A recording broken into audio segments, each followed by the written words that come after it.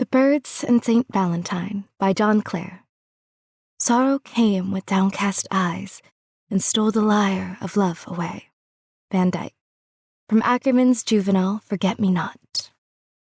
Some 2 or 3 weeks before Valentine's Day, Sir Winter grew kind and minded to play, shook hands with Miss Flora and wooed her to spare a few pretty snowdrops to stick in his hair, intending for truth, as he said, to resign his throne to Miss Spring and her priest Valentine, for which trifle he asked for before he set forth, to remind him of all when he got in the north. And this is the reason that snowdrops appear mid the cold of the winter so soon in the year. Flora complied, and the instant she heard, flew away with the news to each bachelor bird, who in raptures half moved on love's errand start, their songs muttered over to get them by heart. Nay, the mavis at once sung aloud in his glee, and looked for a spot where love's dwelling should be. And ever since then, both in garden and grove, the mavis tunes first a short ditty to love, while all the young gentlemen birds that were near fell to the trimming, their jackets anew for the year. One and all they determined to seek for a mate, and thought it for a folly for seasons to wait, so even agreed before Valentine's Day to join hearts in love. But the lady said nay, yet each one consented at once to resign her heart unto Hymen on St. Valentine, while Winter, who only pretended to go, lapped himself out of sight in some hillocks of snow, that behind all the rest 'neath the wood hedges lay, so close that the sun could not drive them away. Yet the gentlemen birds on their love errands flew, thinking all Flora told them was nothing but true, till out Winter came, and his frowns in a trice turned the lady-bird's heart all as hardened as ice. In vain might the gentles in love sue and plead, they heard, but not once did they notice or heed. From Winter they crept, who in tyranny proud yoked his horses of storms to his coach of a cloud. For on Valentine's morn he was raving so high, where Lady Spring for the life of her durst not come nigh, while Flora's gay feet were so numbed with the snow that she could not put on her best slippers to go. Then the Spring she fell ill, her health to regain, on a sunbeam rode back to her south once again. And as both were the bridesmaid, their teasing delay, may the ladybirds put off their weddings till May. Some sighed their excuses and feared to catch cold, as the red cap and mantle, all bordered with gold, sore feared that the weather would spoil her fine clothes, and naught but complaints through the forest arose. So St. Valentine came on his journey alone, in the coach of the morn, for he'd none his own, and put on his cassock and band and went in to the temple of Hymen, where the rites begin, where the mavis thrush waited along with his bride, nor in the whole place was there a lady beside. The gentlemen came alone to the saint, and instead of being married, each made a complaint of Sir Winter, whose folly would cause the delay, whose force loved to put off his wedding till May. So the priest shook his head and unrobed to be gone, as he had no day for his leisure but one.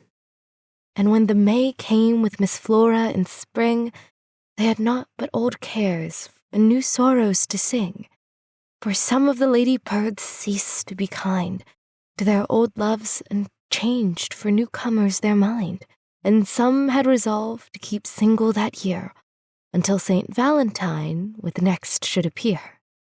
The birds sung their sorrows the whole summer long, and the robin first mixed up his ills with his song. He sung of his griefs, how in love he'd been crossed, and gave up his heart as eternally lost. 'Twas burnt to a coal, as sly Cupid let fall a spark that scorched through both feathers and all. To cure it, time tried, but ne'er found a way. So the marks on his bosom he wears to this day. And when birds are silent, not a leaf seen on the trees but the ivy and holly so green, in frost and in snow little robin will sing to put off the sorrows that ruffle his wings. And that is the cause in our gardens we hear the robin's sweet note at the close of the year. The wagtail, too, mourned in his doublet of gray, as if powdered with rhyme on a dull winter's day. He twittered of love, how he courted a fair, who altered her mind and so made him despair. In a stone pit he chose her, place for a nest, but she, like wanton, but made it a jest. Though he dabbled in brooks, convinced her how kind he would feed her with worms, which he labored to find, till he even got the ague, still naught could prevail. So ever since then he's been wagging his tail. In the white horn the linnet bides lonely to sing, how his lady love shunned his embraces in spring, though he found out a bush that the sun had half dressed, with leaves quite sufficient to shelter their nest. And yet she forsook him, no more to be seen, so that is the reason he dresses in green. Then aloud in his grief sings the gay speckled thrush, that changes his music on every bush. My love, she has left me, to sorrow and mourn, yet I hope in my heart she'll repent and return. So he tries at all notes her approval to meet, and that is the reason he singeth so sweet. And as the sweet sang the bullfinch, although he confessed that the anguish he felt was much more than the rest, and they all marveled much how he'd spirits to sing, when to show them his anguish he held up his wing, from his throat to his tail not a feather was found, but what had been stained red with blood from the wound. And sad chirped the sparrow of joys fled and gone, of his love being lost he so doted upon. So he vowed constant silence for that very thing, and that is the reason why sparrows don't sing. Then next came the rook and sorrowful crow, to tell birds why in mourning they go. Ever since their old loves their embrace forsook, they all seemed to pity the crow and the rook. The jay he affected to hide his despair, and rather than mourn he had spirits to wear. A coat of all colors, but in it some blue, denoted his passion, though crossed, 'twas true. So now in lone woods he will hide him all day, and aloud he scolds all that intrude in his way. The magpie declared it should never be said that he mourned for a lover, though 50 had fled. Yet his heart all the while was so burnt and distressed that it turned all the feathers coal black on his breast. The birds they all marveled, but still he denied, and wore a black cap his deep blushes to hide. So that is the reason himself and his kin wear hoods with the lappets quite under the chin. Then last came the owl, grieving loud as he flew, saying how his false lover had bade him adieu, and though he knew not where to find her or follow, yet round their old haunts he would still whoop and halloo, for no sleep could he get in his sorrowful plight, so that is the reason owls halloo at night. And here ends the song of each woe-stricken bird. Now was there ever a more pitiful story ever heard?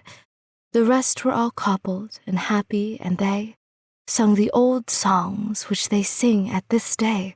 And good little boys, when this tale they read over, will ne'er have the heart to hurt birds any more, and add to their griefs they already have sung by robbing their nests of their eggs and their young, but feel for their sufferings and pity their pain, nor give them new cause of their lot to complain.